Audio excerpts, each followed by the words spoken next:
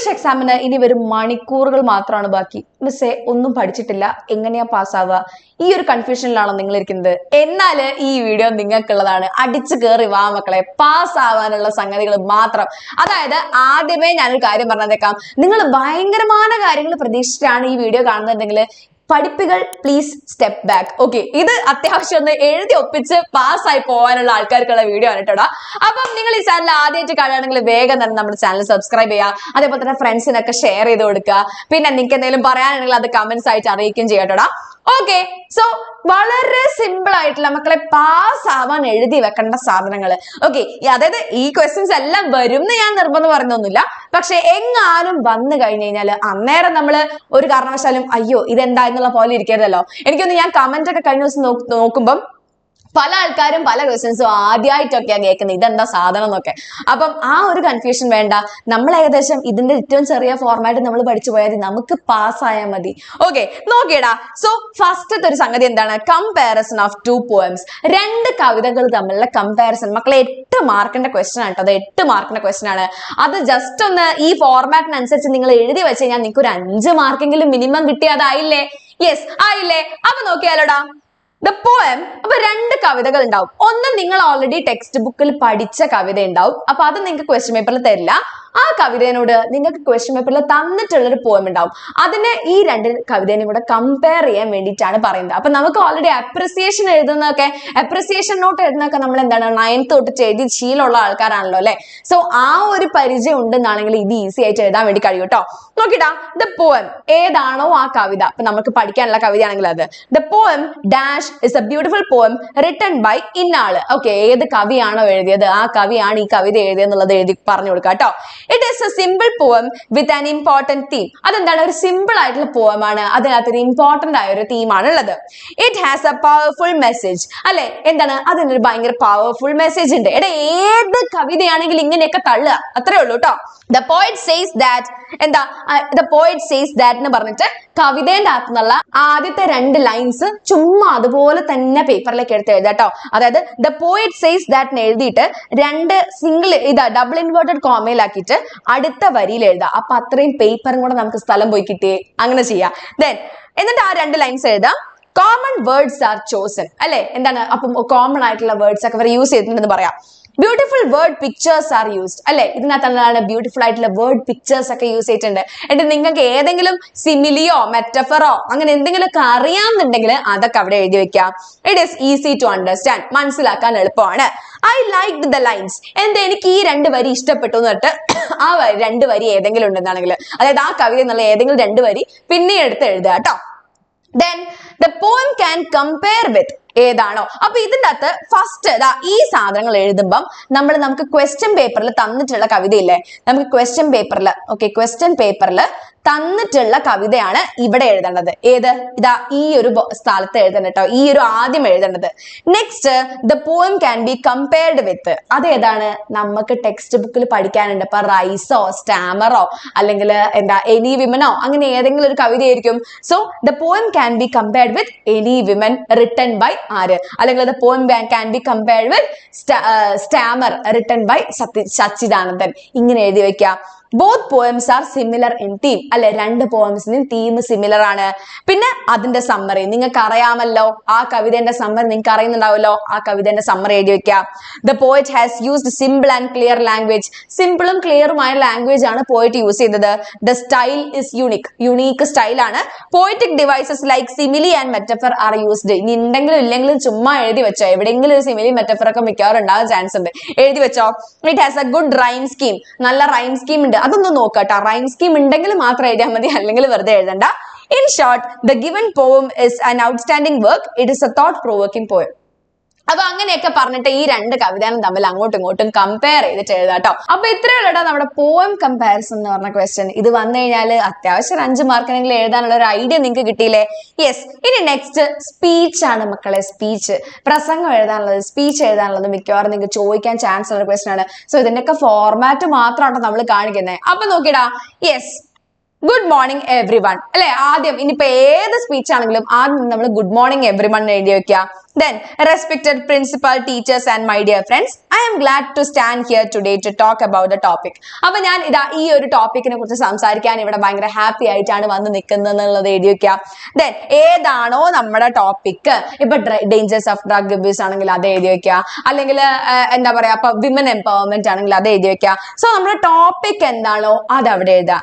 Next, I appreciate the organisers for giving me the chance to speak. അല്ലെ, എനിക്ക് ഈ ഒരു ചാൻസ് തന്ന സംഘാടകർക്ക് ഞാൻ എന്റെ നന്ദി അറിയിച്ചു കൊള്ളുകയാണ് എന്ന് പറഞ്ഞുകൊണ്ട് തുടങ്ങാം. Then main content of the speech എന്ന് വെച്ച് കഴിഞ്ഞാൽ ആ സ്പീച്ചിനെ കുറിച്ച് എന്തെങ്കിലുമൊക്കെ കുറച്ച് നമ്മൾ എഴുതി വെക്കണമല്ലോ അല്ലേ. ഇപ്പൊ ഡേഞ്ചേഴ്സ് ഓഫ് ഡ്രഗ് അബ്യൂസ് ആണെങ്കിൽ എന്തൊക്കെ കാര്യങ്ങളല്ലേ, എടാ നമുക്ക് നമ്മുടെ ഇപ്പത്തെ നാട്ടിൽ നടക്കുന്ന കാര്യങ്ങളെ കുറിച്ചിട്ട് നിങ്ങൾക്ക് അതിനകത്ത് നല്ല ഡീറ്റെയിൽ ആയിട്ട് നിങ്ങൾക്ക് എഴുതാൻ പറ്റണമെങ്കിൽ വളരെ നല്ലതായിരിക്കും കേട്ടോ. അങ്ങനെയുള്ള കുറച്ച് കാര്യങ്ങൾ എന്തെങ്കിലുമൊക്കെ കുറച്ച് പോയിന്റ്സ് ആക്കി അങ്ങോട്ടും ഇങ്ങോട്ടൊക്കെ എഴുതി വെക്കുക. ദെൻ അത് എൻഡ് ചെയ്യുന്നത് അല്ലെങ്കിൽ ആ സ്പീച്ച് അവസാനിപ്പിക്കേണ്ടത് എങ്ങനെയാണ്? I hope my points were clear. Okay, ഞാൻ പറഞ്ഞ കാര്യങ്ങൾ നിങ്ങൾക്ക് മനസ്സിലായി എന്ന് വിചാരിക്കുന്നു. Let's come together, support each other and make this world a better place. അല്ലെ, നമുക്ക് ഒരുമിച്ച് ചേരാം, സപ്പോർട്ട് ഈച്ച് അതർ, എല്ലാവരും കൂടെ സപ്പോർട്ട് ചെയ്യാം, and make this world a better place. And ഈ ലോകത്തെ നമുക്കൊരു ബെറ്റർ പ്ലേസ് ആക്കാം. Thank you for your time. അല്ലെ, നിങ്ങളുടെ വിലപ്പെട്ട സമയത്തിന് നന്ദി. With this I conclude my speech. ഇതോടെ ഞാൻ എന്റെ അല്ലെ നമ്മള് എന്താ പറയാ ഞാൻ എന്റെ വാക്കുകൾ ഉപസംഹരിക്കുന്നു എന്ന് പറയില്ലേ, ആ സാധനമാണ്. Wishing you all A wonderful day. Thank you. എല്ലാവർക്കും നല്ലൊരു ശുഭദിനം, ഒരു ശുഭദിനം നേരുന്നു, താങ്ക് യു എന്ന് പറഞ്ഞിട്ട് എന്ത് ചെയ്യടാ ആ ഒരു സ്പീച്ച് എൻഡ് ചെയ്യാം. സോ ഇതാണ് ഒരു സ്പീച്ചിന്റെ ഫോർമാറ്റ്. മക്കളെ ഞാൻ പിന്നെയും പറയാണ്, പാസ് ആവാനുള്ളതാണ് കേട്ടോ ഇത്. ഇപ്പൊ ഇതിനകത്ത് നല്ല എഴുതുന്ന ആൾക്കാരൊക്കെ വിചാരിക്കും മിസ്സേ ഇതാണോ ഞങ്ങൾ എഴുതേണ്ടതെന്ന്. അല്ല, ഓഫ് കോഴ്സ് അല്ല. പക്ഷെ ഒട്ടും എഴുതാൻ അറിയാത്ത ആൾക്കാർക്ക് ഉണ്ടാവില്ലേ, അവരെന്തെങ്കിലും ഒന്ന് എഴുതി വെക്കാൻ വേണ്ടിയിട്ടാണ് കേട്ടോ ഇത് കാണിച്ചു തരുന്നത്. നെക്സ്റ്റ്, എടാ report of a programme or seminar. Seminar report എന്ന് പറയുന്ന ഒരു സാധനം ചിലപ്പോൾ ചോദിക്കാറുണ്ട് കേട്ടോ ക്വസ്റ്റ്യൻ പേപ്പറിൽ. അതെന്താന്നൊന്നും ചോദിക്കണ്ട, ഞാൻ കാണിച്ചു തരാം എന്താന്നുള്ളത്. നോക്കിടാ, ആദ്യം ടൈറ്റിൽ സെമിനാർ റിപ്പോർട്ട് എന്ന് പറഞ്ഞിട്ട് നിങ്ങൾ മേലെ എഴുതി വെക്കുക. നമ്മൾ നടുക്ക് ഇങ്ങനെ സെമിനാർ റിപ്പോർട്ട് എന്ന് ഇങ്ങനെ എഴുതുക കേട്ടോ. അപ്പൊ മനസ്സിലാവും, ഓക്കെ ഇത് സെമിനാർ റിപ്പോർട്ടിന്റെ ആണെന്നുള്ളത് മനസ്സിലാവും കേട്ടോ. സെമിനാർ റിപ്പോർട്ട് എന്ന് എഴുതി വെക്കുക. എന്നിട്ട് എന്ത് ചെയ്യുക, പറ്റുവാണെങ്കിൽ എന്തിനെ കുറിച്ചാണോ ആ സെമിനാർ, ആ സെമിനാറിന്റെ ആ ടൈറ്റിലും കൂടെ എഴുതുക കേട്ടോ. Then seminar on the topic, എന്ത് ടോപ്പിക്കിലാണോ, ഇപ്പൊ ഇതേപോലെ തന്നെ ഡേഞ്ചേഴ്സ് ഓഫ് ഡ്രഗ് അബ്യൂസ്, അല്ലെങ്കിൽ എന്താണ് influence of drugs on the current scenario അല്ലെ. ഇപ്പൊ ഇപ്പത്തെ കാലത്ത് എന്താ പറയാ ഡ്രഗ്സിന്റെ ഒരു ഇൻഫ്ലുവൻസ് എന്താണ്, ഇങ്ങനെയൊക്കെ ആയിരിക്കും ചിലപ്പോൾ സെമിനാർ റിപ്പോർട്ട് വരാൻ ചാൻസ് ഉള്ളത്. സോ ആ ടോപ്പിക് എന്താണോ ടോപ്പിക് അവിടെ എഴുതാം. Was conducted in the school auditorium on, ഏതാണോ ഒരു ഡേറ്റ്, എന്തെങ്കിലും ഒരു ഡേറ്റ് കൊടുക്കുക. ഇന്ന സ്കൂൾ ഓഡിറ്റോറിയത്തിൽ ഈ ദിവസം ഇത്ര സമയത്ത് നടന്നു. The seminar started with a prayer by the school choir. Prayer വെച്ചിട്ടാണ് പരിപാടി തുടങ്ങിയത്. The school PTA president presided over the function. School PTA president ആണ് പരിപാടി സംഘടിപ്പിച്ചത്. The principal welcomed everyone. Principal എല്ലാവരെയും വെൽക്കം ചെയ്തു. The program was inaugurated by panchayat president. Panchayat president ആണ് programme inaugurate ചെയ്തത്. പിന്നെന്താണ്, papers were presented by, അല്ലെ പേപ്പർ പ്രസന്റേഷൻ. അതായത് സെമിനാർ റിപ്പോർട്ട് എന്ന് പറയുന്ന സമയത്ത് സെമിനാർ പ്രസന്റേഷൻ വേണമല്ലോ. സോ രാഹുൽ രാജ്, നീതു ജോസഫ്, ഇംതിയാസ് ഖാലിദ്, അങ്ങനെ എന്തെങ്കിലുമൊക്കെ പേരുകൾ കൊടുക്കുക. ഇവരൊക്കെ പേപ്പർ റിപ്പോർട്ട് പറഞ്ഞു എന്നുള്ളത്. എന്താ അവരൊക്കെ ആ പേപ്പറിന്റെ അകത്ത് ഇങ്ങനെ പറഞ്ഞു അങ്ങനെ പറഞ്ഞു എന്നൊക്കെ പറഞ്ഞു എന്തെങ്കിലും ഒന്നോ രണ്ടോ സെന്റൻസ് എഴുതി വെക്കാം കേട്ടോ. Last then there was a good interactive session. Interactive session എന്ന് പറഞ്ഞാൽ ആൾക്കാർ തമ്മിൽ അങ്ങോട്ടും ഇങ്ങോട്ടും ഡൗട്ട്സ് ഒക്കെ ചോദിക്കുന്നതിനെയാണ് അല്ലെ. അപ്പൊ നമ്മൾ ഒരു പേപ്പർ പ്രസന്റ് ചെയ്ത് കഴിഞ്ഞാൽ എന്താ, അപ്പൊ ഞാനാണ് പ്രസന്റ് ചെയ്തതെന്നുണ്ടെങ്കിൽ വേണമെങ്കിൽ നിങ്ങൾ കാണാതിരിക്കണം, നിങ്ങൾക്ക് ചോദിക്കാം മിസ്സേ അത് എന്തുകൊണ്ടാണ് ഇത് ഇങ്ങനെ വന്നത്, അപ്പൊ ഞാൻ അതിനെ പറഞ്ഞുതരാം. അല്ലെങ്കിൽ നിങ്ങൾക്ക് പറയാം മിസ്സേ നിങ്ങൾ പറഞ്ഞ ആ കാര്യത്തിനോട് എനിക്ക് യോജിപ്പില്ല എന്ന് വേണമെങ്കിൽ പറയാം. സോ അതിനെയാണ് നമ്മൾ ഇന്ററാക്റ്റീവ് സെഷൻ എന്ന് പറയാം കേട്ടോ. Then the school leader proposed vote of thanks. School leader vote of thanks പറഞ്ഞു. The programme ended with national anthem. ഇത്രയും മതി സെമിനാർ റിപ്പോർട്ട്. ഇത്രയും പോരാ, ഇതിന്റെ ഇടയിൽ എഴുതാനുള്ള സാധനങ്ങളും കൂടെ നിങ്ങൾ എഴുതി വെക്കണം കേട്ടോടാ. അപ്പൊ ഇതിനൊരു ഓർഡർ മിസ് പറഞ്ഞു തരട്ടെ, എന്തൊക്കെ കാര്യങ്ങളാണ്. ഫസ്റ്റ് എന്താണ്, ആദ്യം വേണ്ടത് പ്രെയർ ആണ് കേട്ടോ. പ്രെയർ ഒന്ന് വേണം. പിന്നെ സ്കൂൾ PTA പ്രസിഡന്റിന്റെ വെൽക്കം സ്പീച്ച് ആരെങ്കിലും പറയണമെങ്കിൽ പ്രിൻസിപ്പാൾ വെൽക്കം സ്പീച്ച് പറഞ്ഞു, വേണമെങ്കിൽ അത് എഴുതാം. രണ്ടാമത്തായിട്ട് വെൽക്കം സ്പീച്ച് കേട്ടോ. വെൽക്കം അപ്പൊ കുറച്ചുകൂടെ സ്ഥലം പോയി കിട്ടുമല്ലോ. വെൽക്കം സ്പീച്ച് ആരാണ്, പ്രിൻസിപ്പാൾ. ഓക്കെ, പ്രിൻസിപ്പാൾ പറഞ്ഞു. ദെൻ മൂന്നാമത്തത് പ്രിസൈഡഡ്, അതായത് പ്രസിഡൻഷ്യൽ അഡ്രസ്, അത് മൂന്നാമത്തത് പറയാം. യെസ്, പിന്നെതാ വെൽക്കം സ്പീച്ച് ഓൾറെഡി ഇവിടെ പറഞ്ഞിട്ടുണ്ട് കേട്ടോ.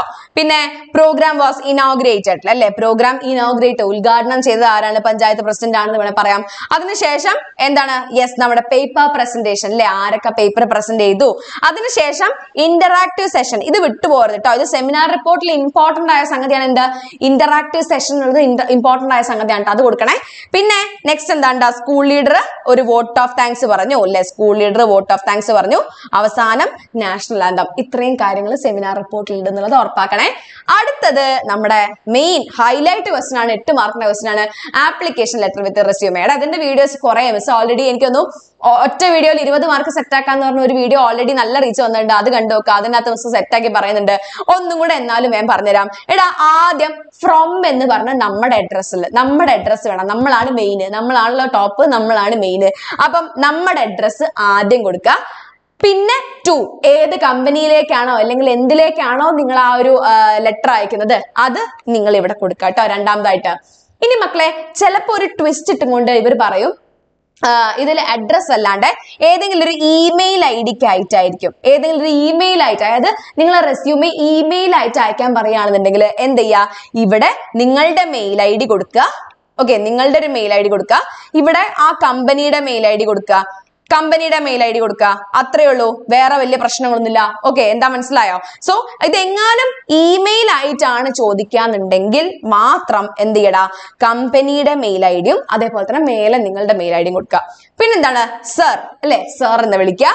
Subject application for the post of, നിങ്ങൾ എന്ത് ജോലിക്കാണോ അപ്ലൈ ചെയ്യുന്നത്, നിങ്ങൾക്ക് ക്വസ്റ്റ്യൻ പേപ്പറിൽ ഉണ്ടാവും നിങ്ങൾ എന്ത് ജോലിക്കാണ് പോകേണ്ടത്, ക്വസ്റ്റ്യൻ പേപ്പറിൽ ഉണ്ടാവും, അത് അവിടെ കൊടുക്കുക. എന്നിട്ട് നെക്സ്റ്റ് കൊടുക്കുക, I saw ad in your newspaper അല്ലെ, ഞാൻ നിങ്ങളുടെ പരസ്യം പേപ്പറിൽ കണ്ടു. I am writing this letter to apply for the post of, ഞാൻ ഈ കത്ത് എഴുതുന്നത് ആ ഒരു ജോലിക്ക് അപ്ലൈ ചെയ്യാൻ വേണ്ടിയിട്ടാണ്. Then I would like to work with you, എനിക്ക് നിങ്ങളുടെ കൂടെ ജോലി ചെയ്യാൻ ആഗ്രഹമുണ്ട്. I have a PG in the subject, അല്ല ആ സബ്ജക്റ്റിൽ എനിക്കൊരു PG ഉണ്ട്. I have an experience of 2 years, 2 വർഷത്തെ എക്സ്പീരിയൻസ് എനിക്കുണ്ട്. I promise to work honestly അല്ലെ, ഞാൻ നിങ്ങളുടെ അടുത്ത് സത്യസന്ധമായിട്ട് പണിയെടുത്തോളാം എന്ന് പറയാണ്. പിന്നെ അതിന് കൂടെ ഇങ്ങനെ കൂടെ ആഡ് ചെയ്തോട്ടണം, എന്താണ്, I am attaching my CV with this letter എന്ന് കൊടുക്കട്ടോ. I am attaching my CV with this letter, അതായത് ഈ കത്തിന്റെ കൂടെ ഞാൻ എന്റെ CV-യും കൂടെ കൊടുക്കുന്നു എന്ന് പറഞ്ഞു കഴിഞ്ഞാൽ അത് ഉറപ്പായിട്ടോ. യെസ്, എന്റെ താങ്ക് യു യുവർ ഫെയ്ത്ത്ഫുള്ളി, എന്നിട്ട് പേര് കൊടുക്കുക. എന്നിട്ട് നമ്മുടെ CV-ന്റെ അകത്ത് റെസ്യൂമെ അല്ലെങ്കിൽ CV-ന്റെ അകത്ത് ബയോഡാറ്റ എന്ന് പറഞ്ഞാൽ നമ്മുടെ ജനന വിവരം മാത്രമാണ്, സോ അത് വേണ്ട. റെസ്യൂമെ അല്ലെങ്കിൽ CV-ക്ക് അകത്ത് എന്തൊക്കെ കൊടുക്കും, ഒബ്ജക്റ്റീവ് എന്ന് പറഞ്ഞാൽ നമ്മൾ ജോലി എടുക്കാനുള്ള ഉദ്ദേശം, ആ ജോലി നമ്മൾ എന്തുകൊണ്ടാണ് ആ ജോലിക്ക് വരുന്നത്. ഓക്കെ, ഇപ്പം to work for the society എന്ന് പറയുമ്പോൾ നമ്മളൊരു സോഷ്യൽ വർക്കർ ആകുമ്പോൾ അത് എഴുതാം. നേരെ മറിച്ച് നമ്മളൊരു നെറ്റ്വർക്ക് ഡെവലപ്പർ അല്ലെങ്കിൽ അങ്ങനത്തെ അല്ലേ എന്താ ഡിസൈനർ ഒക്കെ ആയിട്ട് കയറുകയാണെങ്കിൽ വർക്ക് ഫോർ ദ സൊസൈറ്റി എഴുതിയിട്ട് കാര്യമില്ല. സോ എന്തിനാണ് നമുക്ക് ആ ജോലിക്ക് കയറുന്നത്, അത് നമ്മൾ ഒബ്ജക്റ്റീവ് കൊടുക്കുക. അപ്പം ഫസ്റ്റ് ഒബ്ജക്റ്റീവ്, ദെൻ നമ്മുടെ പേര്, നമ്മുടെ കോണ്ടാക്ട് അഡ്രസ് ഒക്കെ കൊടുക്കുക, നമ്മളുടെ ജെൻഡർ, ഫാദറിന്റെ name, date of birth, marital status, religion, languages, ഇങ്ങനെയുള്ള കാര്യങ്ങളൊക്കെ കൊടുക്കുക. അതിനുശേഷം ഹോബീസ് എന്തെങ്കിലും ഉണ്ടെങ്കിൽ അത് കൊടുക്കുക. അതേപോലെ തന്നെ ഏറ്റവും ഇമ്പോർട്ടന്റ് ആയിട്ടുള്ളത് മക്കളെ എഡ്യൂക്കേഷൻ, നമ്മളുടെ പഠിപ്പ് എന്താണ്. നിങ്ങളെ ജോലിക്ക് എടുക്കുന്ന ആൾക്ക് മെയിൻ ആയിട്ട് നോക്കുക നിങ്ങൾക്ക് വല്ല പഠിപ്പും ഉണ്ടോ എന്നുള്ളതാണ്, അല്ല നിങ്ങളുടെ കല്യാണം കഴിഞ്ഞിട്ടുണ്ടോ, നിങ്ങൾക്ക് കുട്ടികൾ ഉണ്ടോ എന്നുള്ളതല്ല, എന്താണ് നിങ്ങളെ ജോലി അല്ലെങ്കിൽ നിങ്ങളെ പഠിപ്പ് എന്താണെന്നുള്ളതാണ്.